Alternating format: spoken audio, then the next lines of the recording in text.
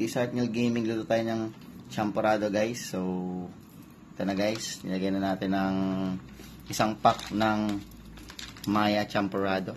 Ayan. Tapos lagyan natin ng brown sugar. Di ba nilagyan ka ng konti yan? Tama na siguro. Di ba minilagay ka na kanina? Dapat ano yan 1/2 cup of sugar. Tapos 5 cup of water. Tsaka isang pack ng Maya champorado.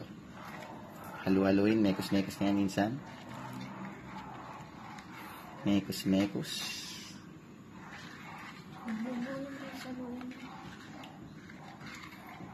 Mekos-mekos lang yan. Minsan. Ano nangyari kay mekos-mekos? Parang hindi ko na siya nakikita. Isa natin ang paghalo.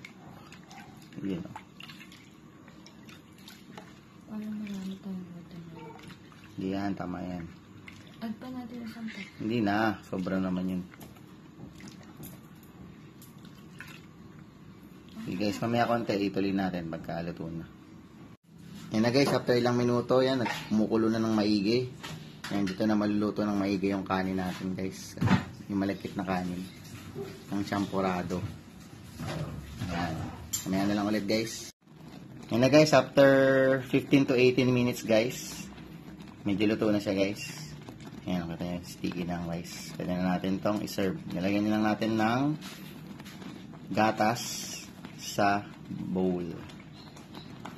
Sa bowl natin. Thank you for watching. Bye. Yan na guys, ang finished product. Meron din tayong ano to, dilis ba to? Tuyo. Tuyo na maliit. Parang dilis eh. Tapos lagyan na natin ito ng evaporada ba to? Evaporada.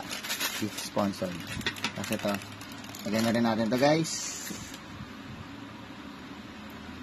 Yun o. More? Ano na? Sa sarap, mas marami. Siyempre. Ngayon na ito, B.